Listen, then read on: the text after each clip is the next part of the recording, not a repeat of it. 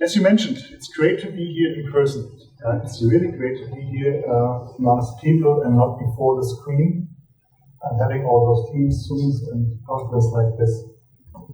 I'm honored by your words, and I'm really honored by the option here to moderate this panel, and I'm really looking forward to the discussion that in 2 or 3 minutes we are going to start. Where does the loyalty industry stand today? Where were we heading before the pandemic? In what directions are the programs going to? We gave some comments, and I guess that's really true that the underlying industries changed dramatically. The question is, what does it mean for loyalty, and what is going to change here? When I prepared for this panel, I thought a little bit on what has been the discussions in the past 10 years. Just to name a few catchwords, we discussed a lot about program carve-outs in the loyalty industry. We discussed about the IPOs, and it was like, you have to do it. Discussion. We talked about, is there a future relevance of point-based programs, or is it all up to one-on-one marketing? We talked about blockchain, which is going to revolutionize currency, dealing with currency, and maybe the whole technology part of the programs. We talked about, it should be engagement instead of transaction. It was always kind of either or. And what I've experienced is basically that life is not either or, it's more like an as well as. And if you look at what happened in the loyalty industry, we had some developments, for example, to name some catchwords, the cooperation between the airline companies, the hotel companies, and the respective loyalty programs has been more integrated than it has been before. There is an interlocking of loyalty benefits and commercial revenues. It has been a tough discussion to balance this one out. There is an integration of personalized marketing and loyalty programs as well. So there is a future for point-based, mile-based loyalty programs. And I guess it's also a more fair balancing out of the commercial aspects and the customer aspects, as you from Sixt showed us just the other minute. The pandemic changed a lot. I'm not quite sure whether it changed everything with regard to the loyalty industry. I can imagine that there are some trends of the past that we will also see for the future. And I'm happy to discuss it in a minute with the panel. Custom is a very good catch point at last. It seems to me that compared to former times, companies have started over the past, maybe it started before the pandemic, but over the past 2 to 3 years, companies have started to care more wholeheartedly for the customer and really took him more into the center. And especially when it comes for loyalty programs, you always have to balance out partner interests, company interests, and also customer interests. In former times, it was, to be very honest, often the partner or the company that made the point. But I guess this is going to change right now, and I'm happy to discuss this with a fantastic panel now. So without any further ado, we jump into the panel. I take this seat over here, and I will introduce you, the panelists, one by one, starting with one question, and I would like Isabelle to come up here, please.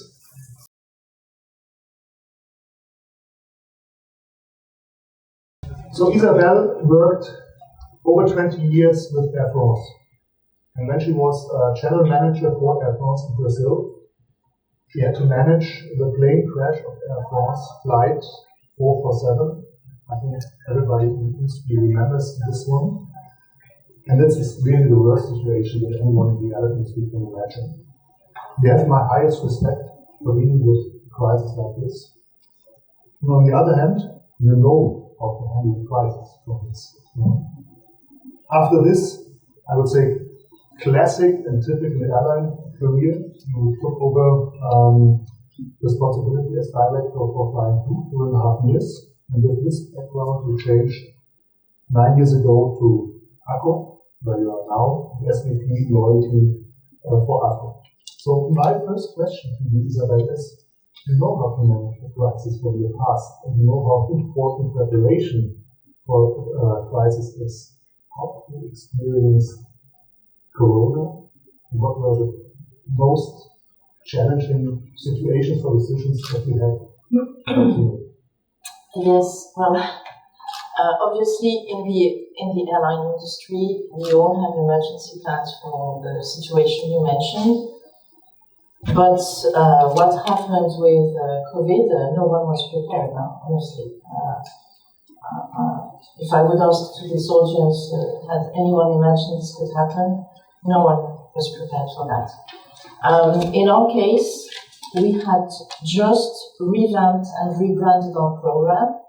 It was called before the Club Accor Hotels, and we had rebranded it to all Accor is Limitless, with a huge launch beginning of December 2019. So you imagine that the timing was not really good. And, hospitality is a people business.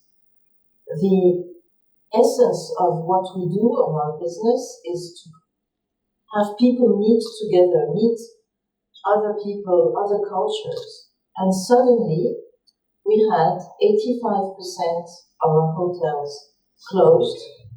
And so the meaning of our business, which is connecting people together, had just disappeared.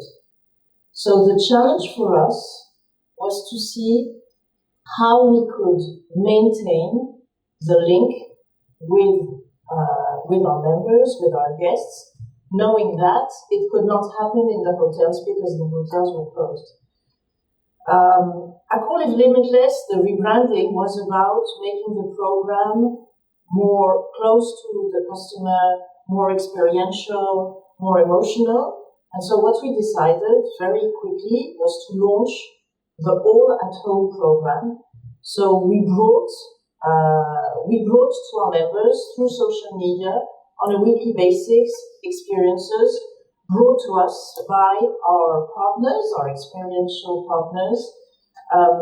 So we could provide DJ live sessions, we could provide pastry lessons with, for instance, Quentin Lechat, who is a pastry chef of our raffles in Paris, the Royal Morceau. He's famous for his worldwide recognized flan pâtissier. We had chats with Marquinhos, who is a Brazilian football player now, captain of Paris Saint-Germain. Well-being sessions with Teddy Riner, who is an Olympic and world champion. So we provided this during the 4 months of the first lockdown on a weekly basis to our members through social media. It was really a question of maintaining the link. On the other hand, we had to reinvent operationally all our processes in order to, when our hotels would be ready again to reopen, we had to rethink all our processes to make them feel at ease and secure about coming back to our hotels. So we created the All Safe label. But it's not only about customers, because in hospitality, our staff are the ones who make the experience happen. Absolutely.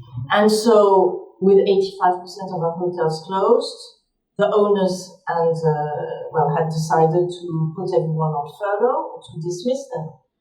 And we wanted to take care of our staff. So what our CEO did, he managed to convince the board to take 70 million euros, put them in a fund that we call the All Heartist Fund. And with this All Hearted Fund, we could support the staff who needed it. Because in Europe, we have the chance to have governmental support for when we're on furlough. But there are countries where nothing of this exists.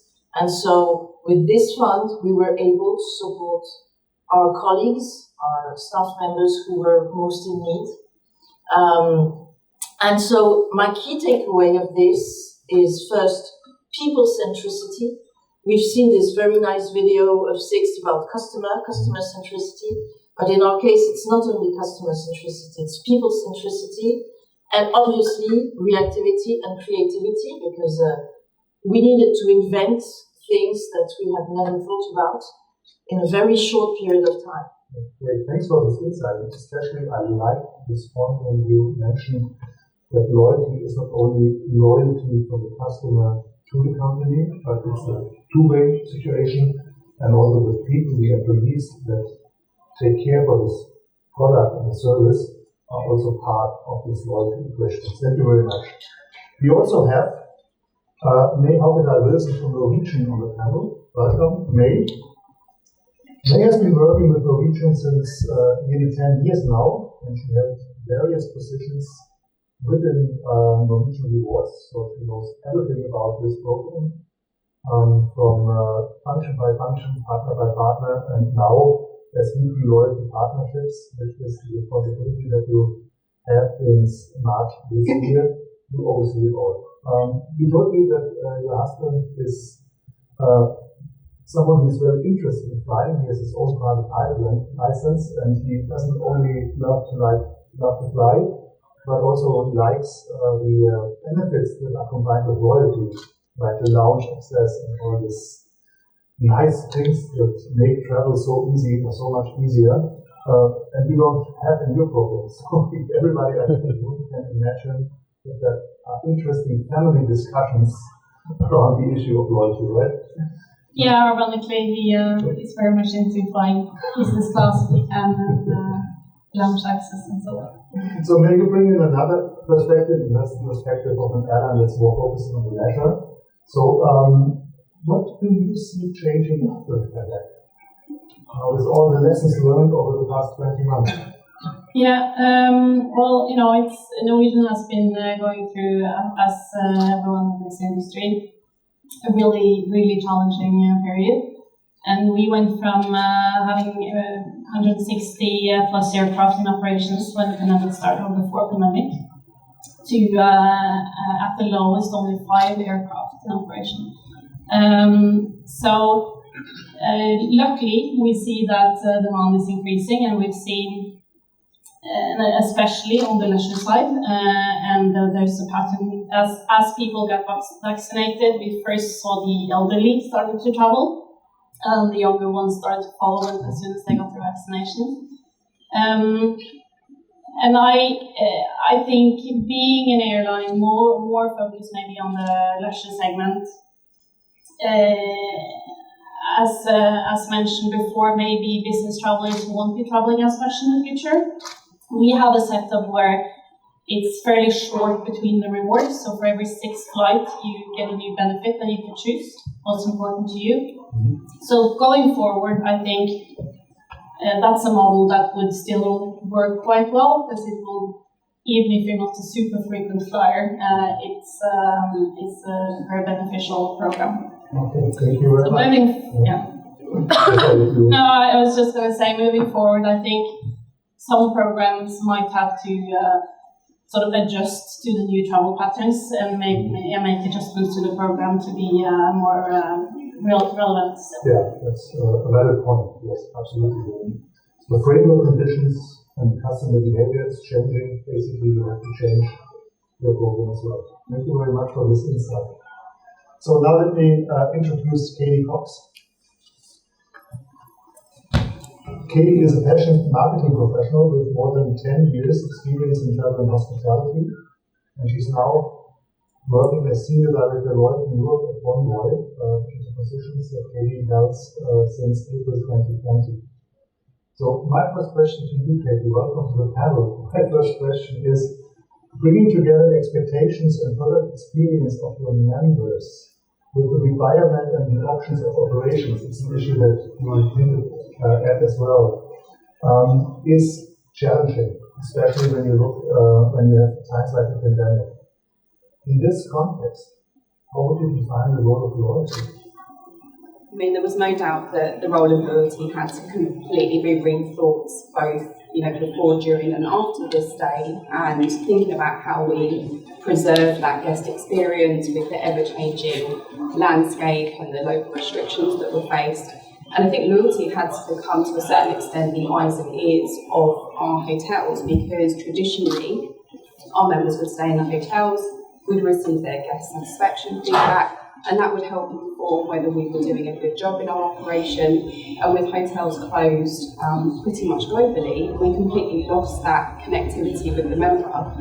So we had to find ways to engage members and be able to give them a voice, so we could understand their sentiment towards travel, how they were feeling about revisiting hotels when they could. And we had to think about how we delivered that in a hygienic yet a human way moving forward. listening to that member sentiment gave us the opportunity to inform some of the decisions that we made, both operationally, but with the programme as a whole. So when it came to things like flexible cancellation or the benefits and status extensions that we made.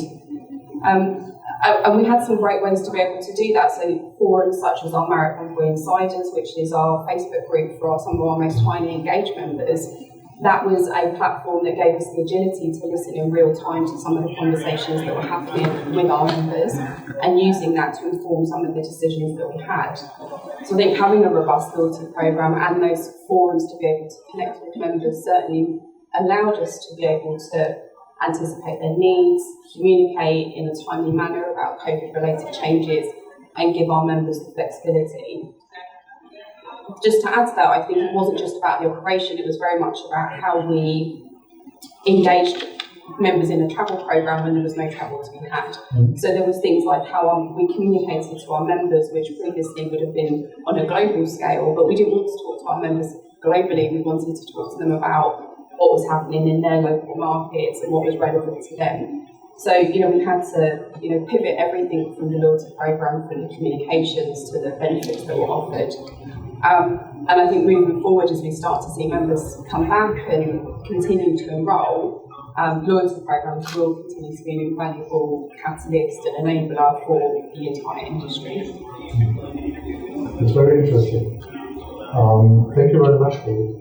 So my next panelist is Lipsey from France-KLM. Welcome, Ben. He joined Haukedahl 3 years ago, and before this, Ben worked 6.5 years for Air Canada. He's a true airline guy, and he was promoted Deputy SVP Customer Loyalty and Program Director for Flying Blue in June this year. And when I read your bio, I thought, okay, my first question would be, how is it for someone as a new kid on the block entering into loyalty? And when I discussed with Ben, I learned it's the wrong question. He's a true loyalty aficionado. I think he told me he had more than 10 loyalty cards in his briefcase before he turned 12.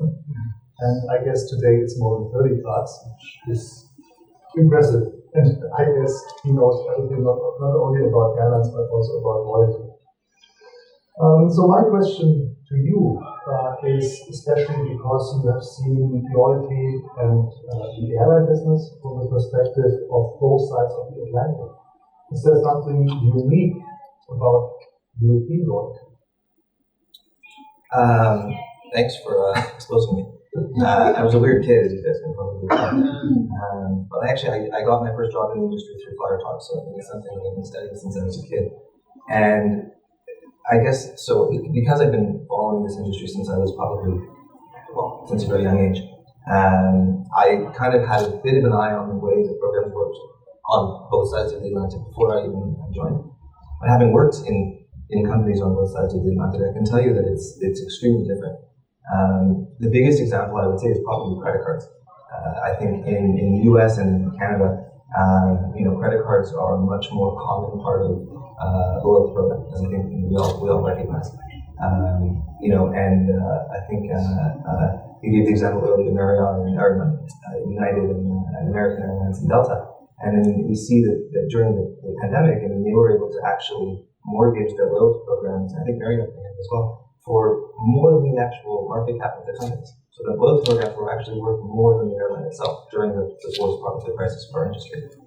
And for me, it really just speaks to the power of today of the credit card partners, of the financial partners that we have in the US and Canada. And I think an example I like to use is, to illustrate this, is Chase, the bank in the US. In 2015, they released a credit card called the Sapphire Reserve, and it was the first card at the time to kind of really try to pander towards the millennial generation that was interested in travel and dining. And the card, when it was announced and it was released, had a bonus of 100,000 points, which at the time was massive. And it was a $450 annual fee, so it was quite pricey. But what happened was the card had a waiting list. The bank ran out of the material required to actually make the cards. It was insane. It was never, that was never even thought of. And actually, Chase has later said that that card was about 9 figures more expensive than they were initially forecasting. It's really kind of harnessing the power of the financial products and their relationships with their loyalty programs, because you can really see that while that worked really, really well in the US, that would not even be, a blip on the radar in Europe. That people don't think about consumer credit the same way, they don't think about credit cards the same way. People may have one card and it's usually connected to their bank. So, and in Amex, one of the things I was interested to see is in order to incentivize people in France to sign up for a platinum card, it's an invitation to a private dinner. It's not the 6-figure point bonus. And, looking at that from an airline perspective, we see something very similar. We see people who are less, kind of gung-ho about earning their points, so to speak, because in general, loyalty programs in Europe do tend to be a little bit less generous than in the US. But what we see is customers having expectations and demands for more personalized interactions, higher quality of service. We see, for example, that as you climb the tier pyramids, as you go from silver, gold, platinum, your actual interaction of offline servicing, meaning people phoning the call centers, goes up. Whereas in the US, you really see people really pushing for more self-service opportunities.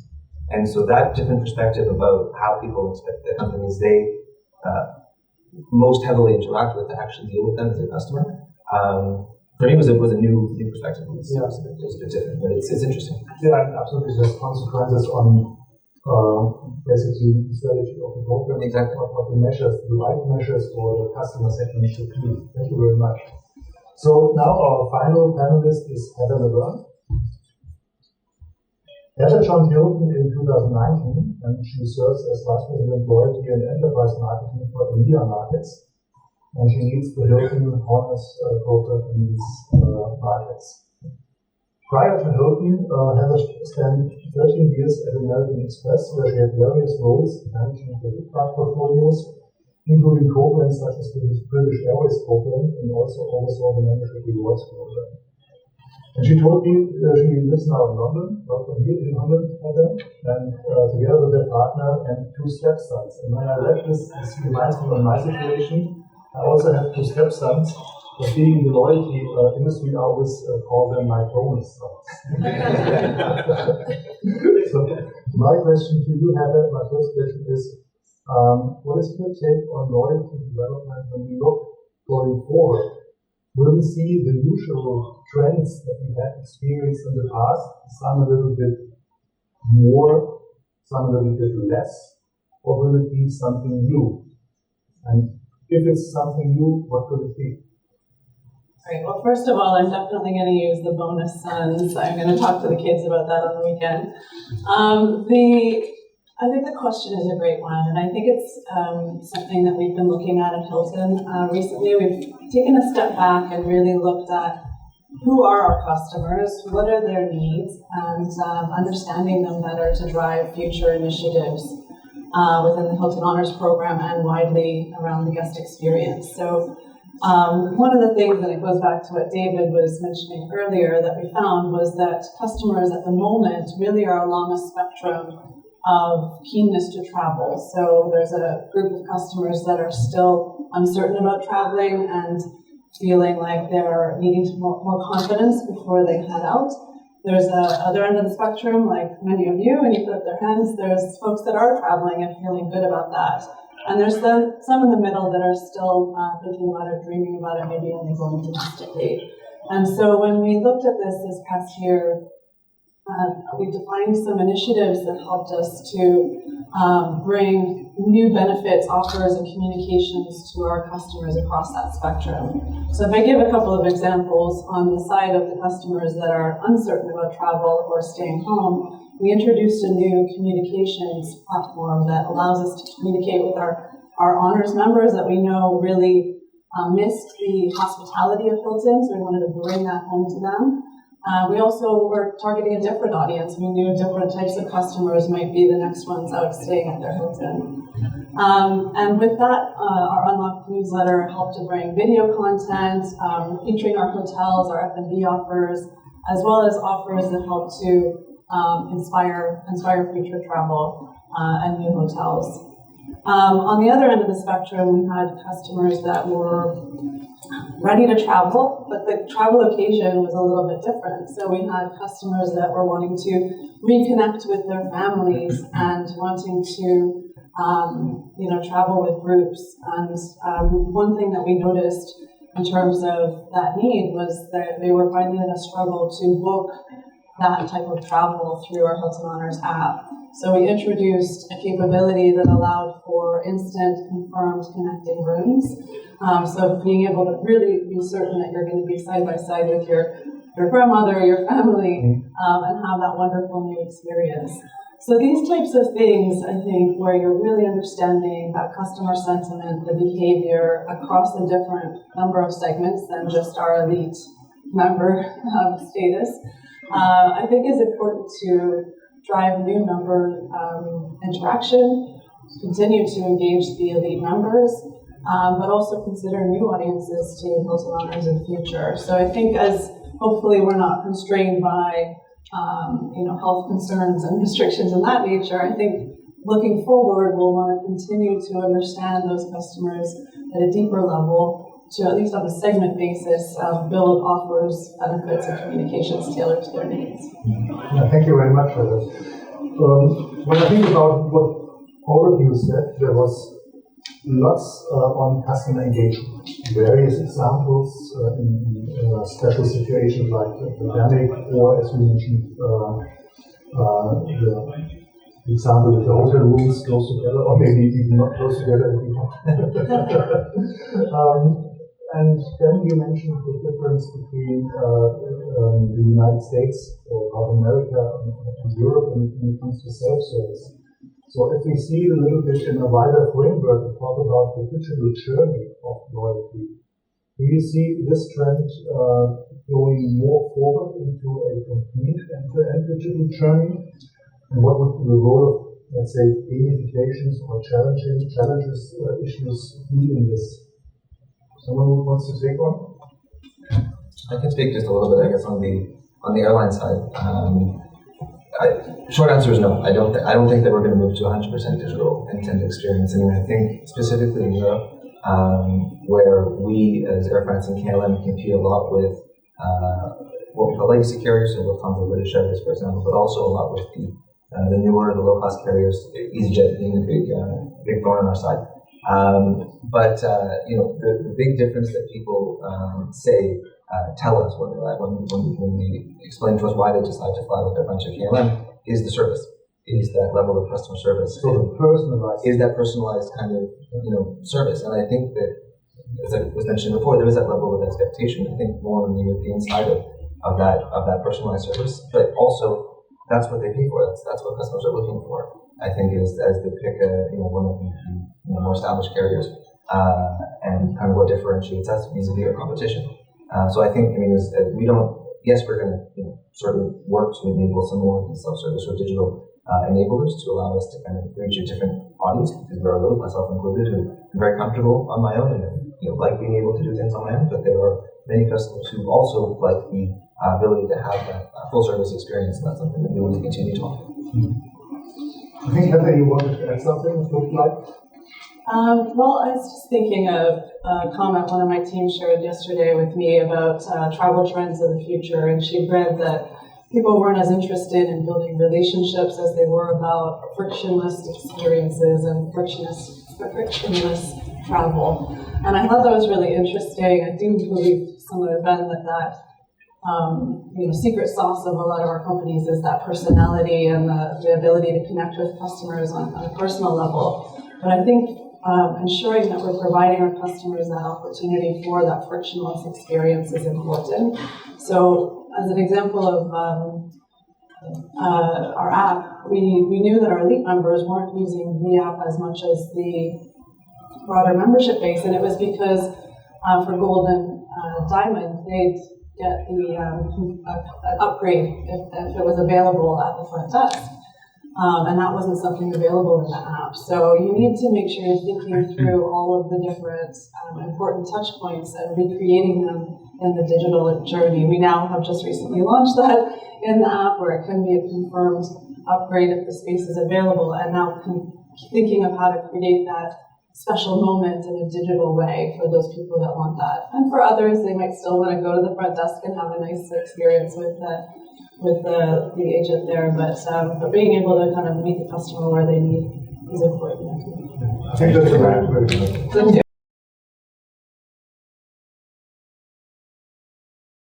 Here in the electronic process, that all the documents have been uploaded correctly. And maybe this is going to come sometime in future, but this is a break in the seamless digital journey where you think as a customer, hey, I gave it all to you. It's all there. And I guess everyone in our value chains and customer journeys could name some of the experiences like this.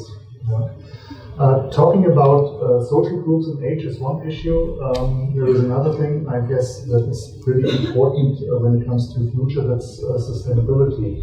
And what does this all mean? So my personal experience from the past time is a bit, people and our customers are pretty interested in it. And if we have kind of a challenge or a donation or what have you, there is a great proportion of members that takes part. But when it comes to, okay, sustainability has a price as well, then it's basically, okay, that's not my part. What is your experience on this? Maybe we start here. It's definitely it's something that we'll have to take more and more into account, because it's definitely going to be part of the expectations of the customer. And you will have some who are, so I know that there have been some initiatives from some airlines proposing, what I see is that everyone is very cautious, taking step by step. So you have some airlines proposing a carbon offsetting on a not mandatory basis, only on a voluntary basis. In the case of hospitality, I know that the debates we have, at least internally at Accor, and I don't know how it would be for my colleagues, is I always question, but why should it be on the shoulders of the customers? It could be also on the shoulders of the owners.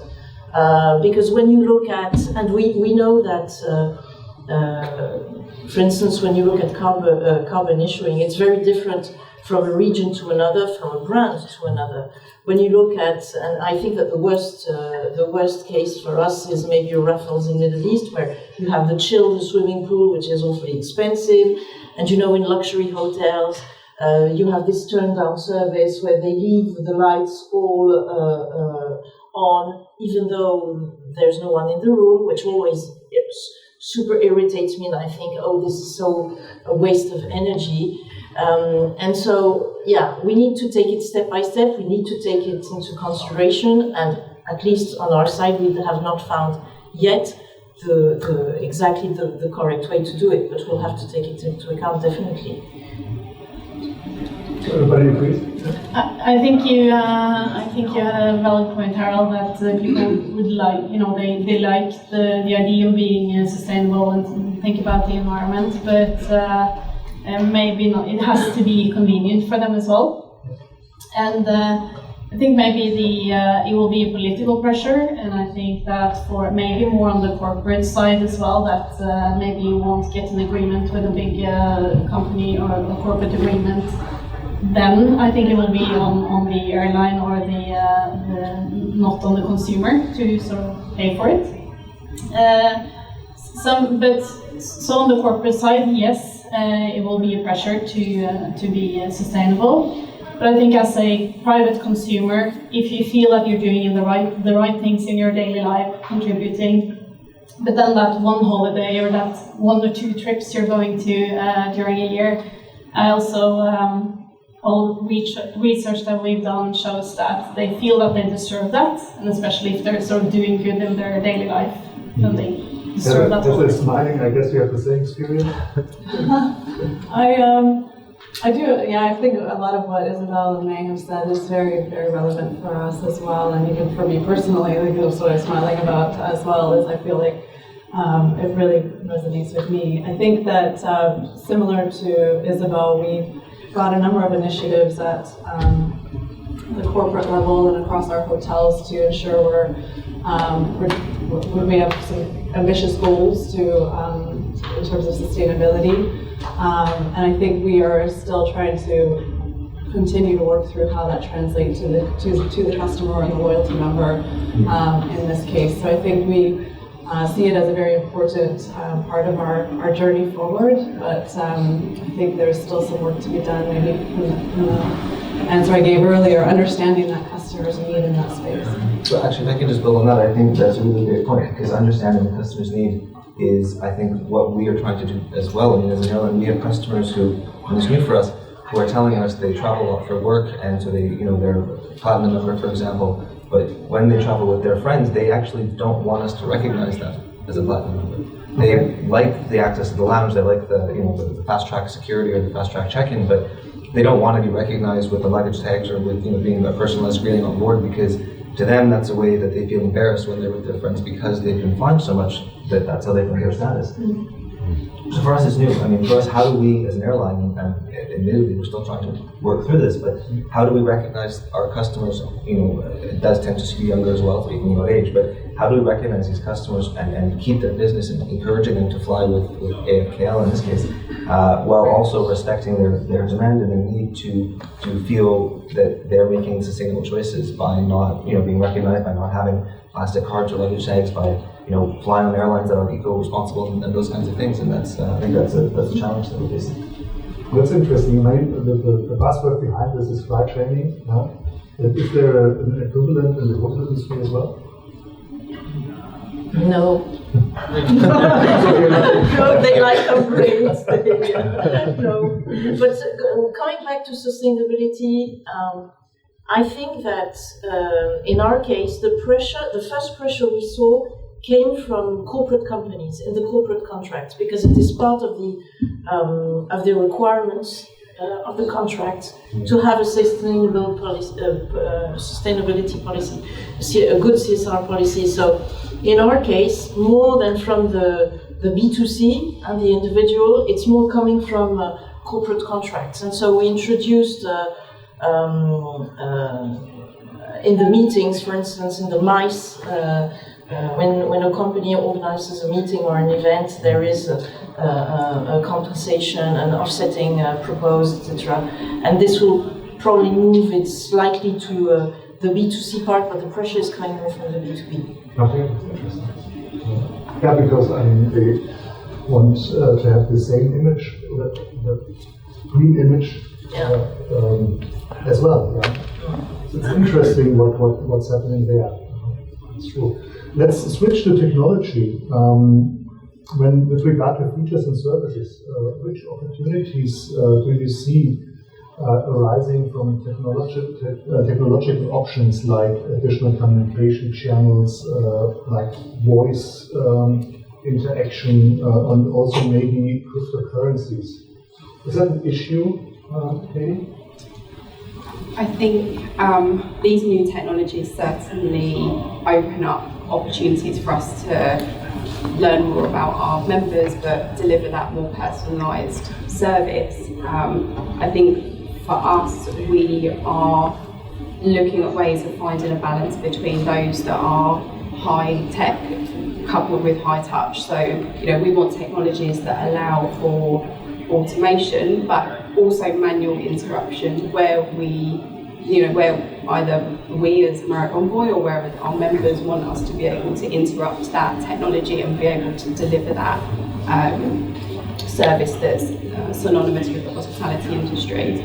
I think voice is super interesting. We're seeing examples of companies using it in really smart ways, and those interactions with any brand are ultimately helping to understand more about what the customers want and need from those brands that they're interacting with. So yeah, certainly interesting to see how that progresses within the travel industry.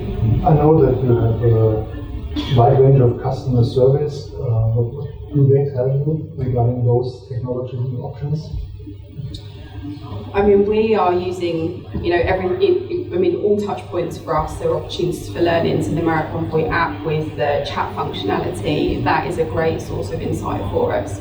But also still from our traditional service methods, such as our customer engagement centres and even face-to-face within the hotels. So all of those things are helping to inform the insights that we're hearing from our members and what they want. Additional views on this, or? I think, for us, looking at technology, looking at financial services partners, we have a great co-brand with Amex in France and the Netherlands, and we have 11 co-brands around the world in different local markets.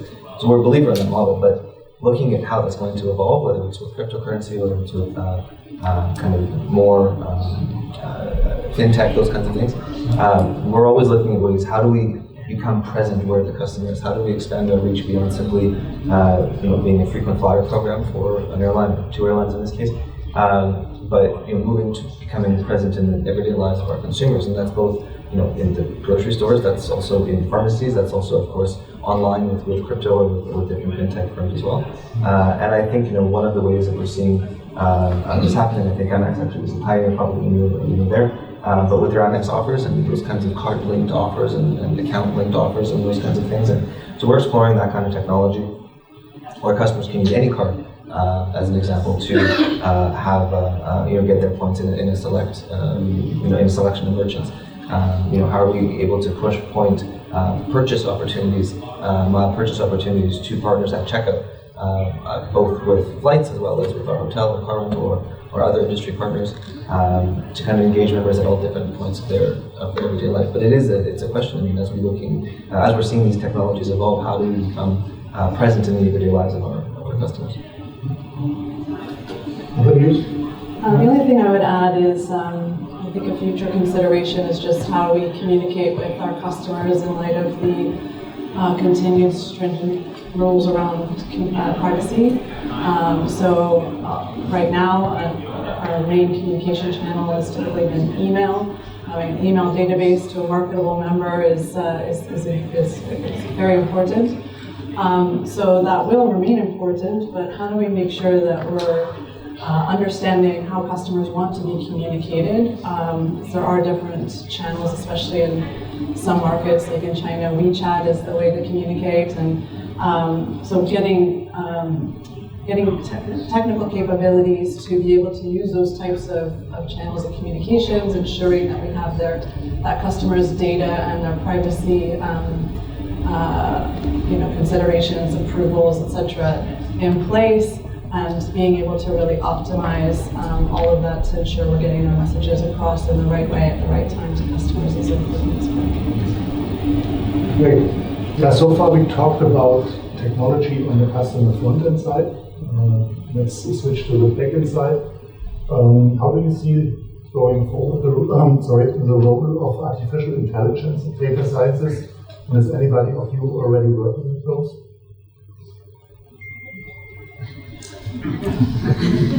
Silence. This is a tricky question, huh? Then let's talk about how do you see the role. No, obviously, it's super important. I don't know if the others struggle as much as we struggle with data quality. I mean, the first thing in terms of artificial intelligence is that you need to have a very robust data quality. Because if not, it's all nonsense. So yes, of course, you can use them for predictive models. It's very interesting. Honestly, I would be foolish if I would pretend we do use them. We do some tests, but I cannot pretend we're using them on a regular, on a strong basis. I think that's a very good point that you raised. And I remember that somebody told me that when it comes to data work, there's a great proportion, maybe 2/3 of the effort that goes into data quality. And when it comes then to working with the data and get some information out of it, that's only 1/3. Yeah. And artificial intelligence has the word intelligence in it. Yes, but in hotels, and what really impacted me when I shifted from airline to hotel, airline is pretty centralized, and all in all, there are not so many systems or IT systems involved.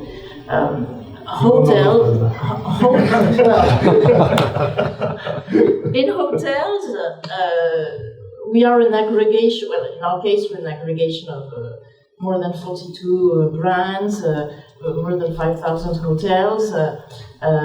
We cannot impose one property management system, so we have several property management systems, and managing to extract everything in the same way is already a struggle. So we are still struggling with capturing all the data. We are still a growing company. We purchase new brands. We integrate new brands. We've recently signed with Ennismore, a new lifestyle brand. We're working on the integration of their brands, which is the Haukedahl. And so we know they have a totally different system. So we're still aggregating all this, and for us, that's currently the challenge. But maybe in airlines it's easier because it's more centralized and more unified tools, no? I don't feel it's that easy, to be honest. But I mean, ideally you would have a website that sort of recognizes who you are and what you see changes based on your behavior, and you would open the app and it would be you could follow your journey there and so on. So I guess we all know in theory what we would like to have. But I think many still struggle to have the data right and to be able to sort of monetize on that. So to get the basics right, so learn to walk before you run, so to say. Yeah. But I think, sorry, just to build on what you say, I think you're right. I mean, I think we all know what we'd like to see. If we can paint the idealized world, what we'd like to see is we know. And I say this, we know, because it does respect GDPR. If customers are choosing to share their data with us, which is a loyalty program, they choose to do so within reason. And so we have a legitimate use for this data, assuming we can use it well.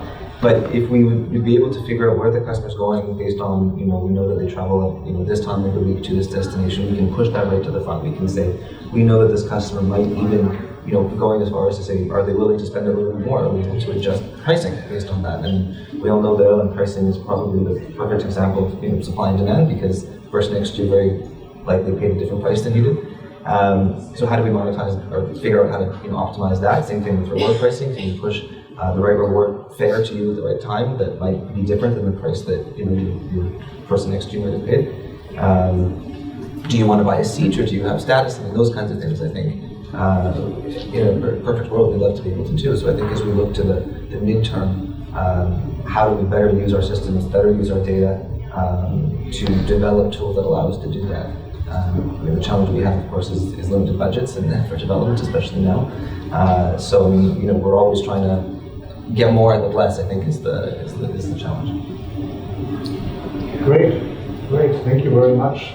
So obviously AI and data science is a big step ahead in the future, and for sure some time going to come, but needs a lot of preparatory works. I understand this. We are pretty good in time. I guess we have some time reserved for questions from the audience, so please feel free to pose your questions. Please. Hi, I'm Mark Green from Haukedahl. Dan, I was interested in what you were saying about sort of more of a lifestyle proposition for your members. Do you see that meaning that loyalty propositions and the other ancillary placements might need to move away from sort of expensive exclusive relationships to, since sort of a lot of ancillaries are contracted in certain channels and networks, etc., to be able to provide a solution that can be used everywhere, every solution, every situation? Or do you still see the sort of long-term strategy to be one provider, partnership, etc.? When you say ancillaries, do you mean like a bag or a seat with an airline, or do you mean partners like we have with them? Partners such as car rental companies, etc. I think taking a step back, I think looking at more broad-scale coalition programs that do tend to be more decentralized, I think are a great example of being kind of more broad-scale, having a lot of different partners. I think when you look at the power of a program like in our case, Air France-KLM with Flying Blue, it's like going into a shopping mall where you have kind of what we call an anchor tenant. Is the example I use, where you have one big store, a couple of big stores that bring in the customers, and then the other stores benefit as a result. So I'm personally a believer in the strength of having kind of the solid partners, but at the same time I do think that opening yourself up to having many different partners is also the right way to go. So I mean, I guess what I'm saying is it's not always you'd have the same relationship with all of your partners, the ancillaries, and you might have a stronger relationship with one or the other based on different commercial needs. Geographic location being a big one. Given we live in a globalized world, but I do think that it's makes sense to be with the customers, like I say, and having those partners in different channels that hopefully don't compete too much with each other, but at the same time offer kind of a harmonized, blended experience to the customer. Hope that answers your question. Yes, thank you. Are there any other questions? Charles. My name is Chuck Garrett with Currency Alliance, and I've been a frequent traveler during most of my life. I guess my question is if the travel patterns for frequent business travelers change, where you might have had tens of thousands of people reaching gold or platinum status in the past, but now those people, at least for the next 5 years, are maybe only going to travel 30,000 miles or stay 12 nights a year. How are you going to try to recognize them as, based on their different lifestyle needs? Are they going to be able to earn points from partners, for example? And based on points that they've earned through partners, they reach tier status? Or, that's got to be the $1 million question for many of you is, if you used to have 10% of customers that were premium, and now you only have 3%, but that next 15% is still important, and you want to keep them loyal to your brand at a moment when their switching costs are very low. What's the strategy there? Maybe if I just give some thought from my perspective, I think it's that all important, how the stickiness of our loyalty programs. So how do we take it outside of the traditional transactional earn and burn of a hotel loyalty program and into people's everyday lives? So, if I think about our members that are based in the US, this year we've launched the partnership with Uber, so you're earning points when you're riding with Uber, when you're ordering food delivery with them, you're earning points when you are, earning and redeeming points when you're dining in certain restaurants and bars in Marriott hotels across the world. The co-branded credit cards and continuing to grow that in global markets. So I think it's that notion of everyday earn and creating reasons for all different types of consumers to find that all important stickiness with the program. I think just to add on that, it's a big question. American Airlines, I don't know if you saw, but they basically did just that. So they've raised the threshold to earn status, but they're counting the miles from credit cards, from the hotel, from the restaurants, all that as part of the status. So we're watching that with interest. I don't know if that will ultimately change the spectrum, but change it out. But it's an interesting proposition. Would be the first time France-KLM just coupled with US Airlines Syndicate. They're a loyalty program, not they? Come on, you give me that one. I was just begging for it. Any other questions while we're at? Oh, we've got a few. This is great. Normally, industry conference, you got to whack people at the bum and get questions. Yeah, okay, that's fine. Just stand up so everyone can hear you. I'm a journalist, and a question for Isabelle, specifically when Bruce joined in. There was an interesting thing where recently Accor gave their points expiry to different levels of members. It was extended more to those with higher status. Given the changing landscape, and obviously your higher status people may now not be travelling because previously they were business customers, did you feel that was a risk, or what was the thought behind that process to divide how you actually extended the points expiry? Thank you for asking that very nice question.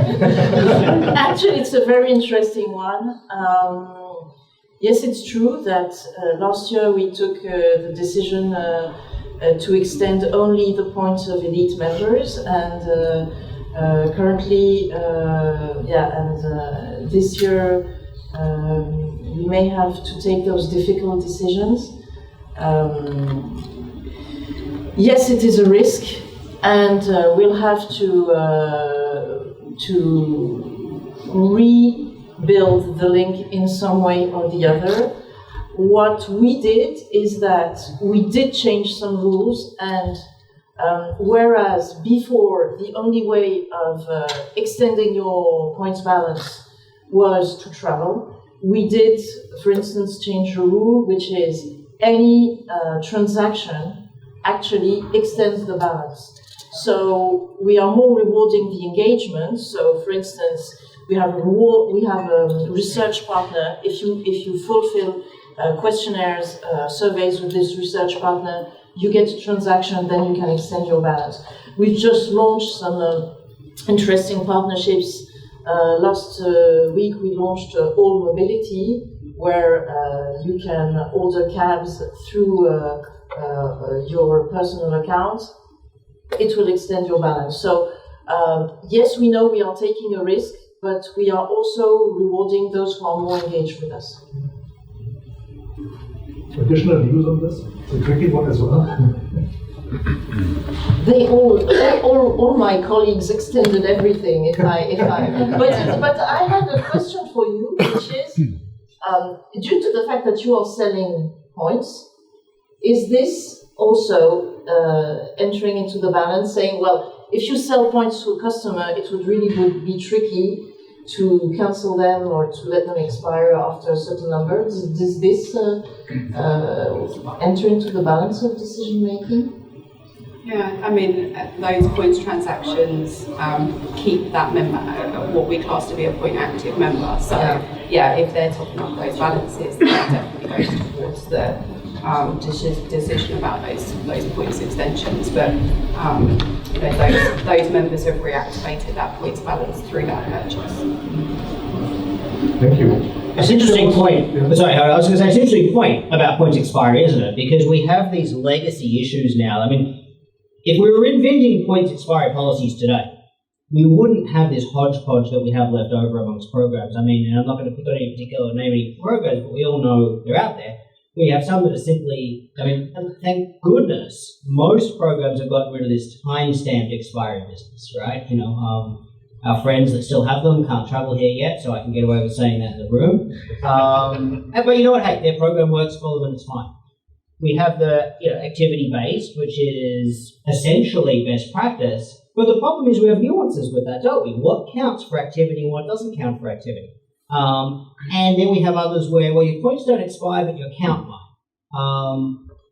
Okay, run that by me again. I mean, we wouldn't have those if we were inventing the policies today, and some of them were legitimately, there were externalities that were affecting those decisions, whether it be technology restrictions or constraints or what have you. But we need to find a way, I think, now to communicate to our members much simpler, so that they understand, how do my points expire? How do I keep them alive? And we also have, I think, a sea change in the last few years. 10 years ago, we had programs actively deciding, I'm not really going to remind my members about their points expiry because my CFO wants them to expire. And we want to break them. So whereas now, we recognise that's a horrible way of doing about it. We want to bang them over the head with a baseball bat, say, use your points, use your points, use your points. Just put your hand up and tell us you're still alive, and you're still even mildly interested in the program, do something, and we'll keep your points active. And I think as loyalty managers, we have that challenge still today in our organizations, but I think we probably can do a better job of cleaning up. I mean, I know there are some programs still that members are like, well, how do I even find out when my points expire? I need to call the call center, and of course, you can't call the call center nowadays. If I email, I get a canned response. You need to have a PhD in dealing with customer service to be able to find out when they expire. Obviously, that's bad practice, but it's interesting to hear the discussion here, Isabelle, where these are some of the challenges we really need to think about. There are a couple more questions. We do have a few more minutes at the front here. Yeah, Adam Schaffer, independent consultant. Just wanted to ask, what was interesting, I think what you mentioned about the difference between the US and Europe in terms of customer engagement and the credit card piece.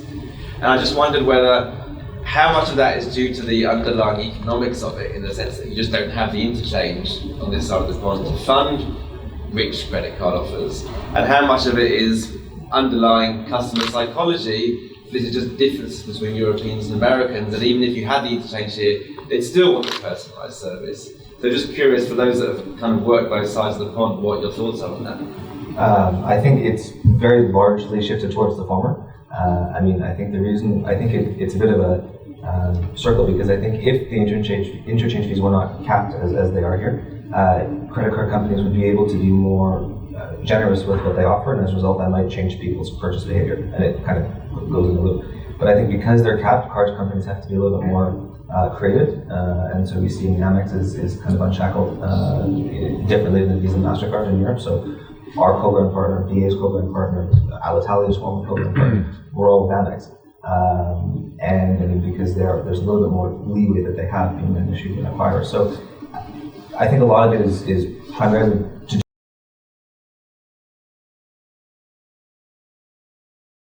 find it better. Don't live on credit in the same way that North Americans do. The idea that you would buy something before you have the means to actually pay for it is a bit foreign. Whereas in North America, it's buy now, pay later. Don't worry about it for 12 months, 18 months, 3 years, and you see those kinds of promotions being offered, and then of course suffer the interest. I mean, but that's I think a different argument. But yeah, the two are connected, I think. I was just going to add so working for Hilton, we have a very large co-brand in the US and then a few small co-brands around the world. And I think that one of the big differences is the role of the co-brand in your program. I think all together we want to make sure that we all believe that it is an important lever in our overall loyalty and CRM program, and we're going to have highly engaged customers that are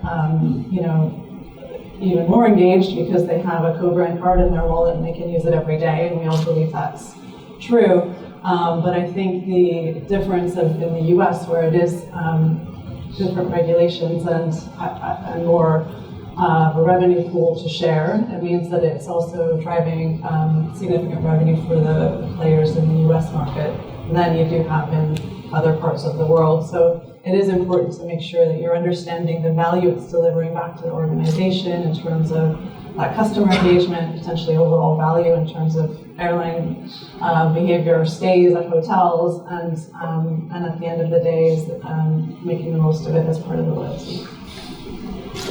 Howard, you had something you wanted to jump in with before I cut you off earlier. No, I think it was the same because I saw the last gentleman had raised the hand and did not want to neglect your question. I think from the timing, we are very good in time, not to disturb the coming sessions too much. From my point of view, I think talking about next generation loyalty and where do we stand and where are we heading to, the panel provided a great overview, not only about loyalty and loyalty programs, but also pretty much on the underlying businesses and what's happening in those businesses. And I think it was great value to the audience that you have shared your insights, your expectations, and how you see things evolving. So I have no more to add. Thank you very, very much for sharing this insight. And for the rest of the day, I think this was a very, very good foundation to go into the next sessions. Thank you very much.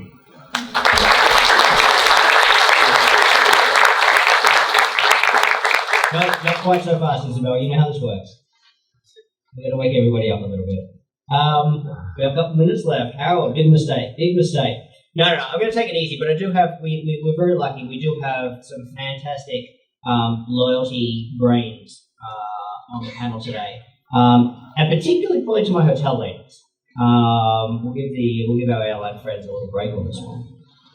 There's been a lot of new challenges. Actually, for everybody, I just want to comment. I mean, I thought one of the insights that really came through from the panel today, which I think is at the forefront of everyone's minds, and I know I alluded to this at the beginning, is we have some challenges with our customer base. I mean, we have new customers today that honestly have actually been the bulk of our regular flying customers who previously, depending on the program, we either didn't really care about, or we blatantly said publicly, they're not the kind of customers we care about or care for.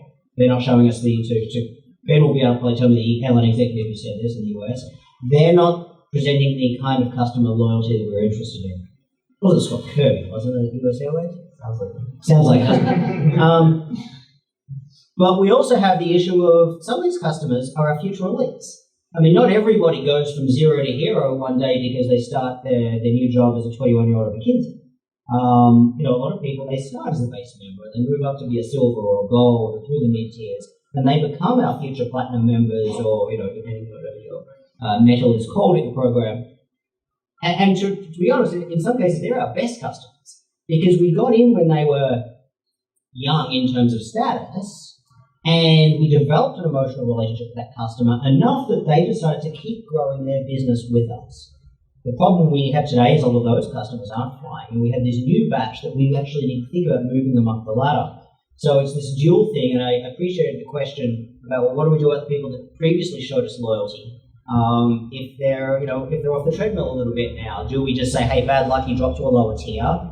Do we try to engage them every day, as Katie sort of suggested? These are things we have to grapple with. But one of the challenges specifically right now in the pandemic, as people are starting to come back to travel, as loyalty managers, we know what we'd like to do. But we have to grapple with others in our organizations. And hotel operations in a franchise environment are particularly challenging. We have our cleanliness commitments, and we know that it's great to put out a press release, but for the 2/3 of the people in the room that have had some travel in the last 6 to 12 months, we know that, well, yeah, let's just, we know, right? That's a challenge. For airlines especially, we had our refund challenges early in the pandemic. Nothing, doesn't matter how good your loyalty program is, nothing is going to kill customer loyalty than a bad customer experience. And you don't get a worse customer experience than the airline stealing your money, especially when it's in contravention of the law. But then we also have the delivery of benefits operationally. Breakfast buffets, gone. Lounges, closed. Upgrades, probably, whatever, forget about it because we don't have that wing of the hotel open. Housekeeping doesn't exist. Our front desk staff, we can't keep them there for more than 3 days, so the chances of a returning customer even getting a welcome back style greeting is a challenge. I don't mean to poke the stick too much, but this is the reality we're grappling with. We hear it come back in our forums from our members. But there's not a lot we can do. How are you thinking about dealing with those challenges? And I appreciate right in the moment someone might be, there's not much we can do, but as we think about moving forward, how are you guys thinking about the role loyalty can play in fixing that and moving beyond the challenges of today? Heather. So just touching on your questions or thoughts around new audiences and how do we engage them, whether they're existing members but haven't been engaged or net new customers and members to the program. So I think first of all, ensuring that we're working with our management companies and operators of the hotels to understand that these are who these customers are, that they are potentially different customers than we've seen in the past come through the door and stay at our hotels, and why it's important for them to be enrolled into the Hilton Honors program, and what are the messages to share with them, the value story to that customer. That's been important more than ever because, of course, the staff is reduced on property, and so it could be something that they decide not to do as part of the check-in process, is to enroll a customer. But it's been an important message because these are different members to us, and they are potentially the elite members of the future, or they're domestic travelers that we hadn't seen before because we get a lot of customers coming from the US to Hilton properties. So the idea that we're bringing new fresh customers into the program has been important, and we've seen that that was resonating well with the hotels. In terms of the other piece around engaging broader audiences, I talked earlier about the CRM and being able to communicate with our members more so than ever through COVID. And I think what it showed us is even though that stays had decreased overall, obviously, people weren't able to travel, our engagement overall with members had increased. So their interactions with our content, our videos, our offers had increased. And I think the challenge for us now as program owners is how do you then bring those customers through the journey? So they've engaged with us with content.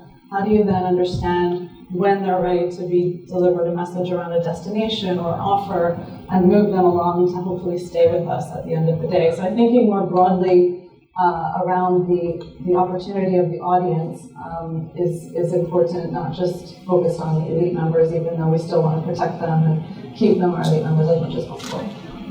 Thanks, Heather. Appreciate that. I think it's a really, it's a good food for thought, I think, for the rest of the day. I think we're going to come back to some of those themes as well. Katie, any quick thoughts on those? I think we have to be super open to the fact that for this upcoming generation traveller, the transactional earn and burn setups of our traditional loyalty programs are not what's going to engage them. So I think with Marriott Bonvoy, we look a lot to our gateway brands to encourage people into the portfolio as a starting point. So, you know, we've got the brands such as Moxie and Tribute Portfolio, which then open them up to the other 30 brands in the portfolio. And I think once we have them experiencing that, it's about showcasing the things that matter to them from loyalty outside of just status, and gaining that status. So whether that's being able to use the points that they've earned for social causes that they're interested in with points donation, or it's the experiences that are available to them through moments. So I think it's, you know, how do we find entry into the program for them, and then how do we showcase to them the options outside of just working towards that status. Great, thanks. Isabelle, I'll give you a few extra moments to think there. Look, in our case, we have a very flexible currency, and our belief is that within our program, as from a very low amount of points, you can experience very cool things. Our experiences, in some cases, are available as from 2,000 points, which is the minimum level of threshold. So yes, you can experience the best of the program without necessarily being an elite member.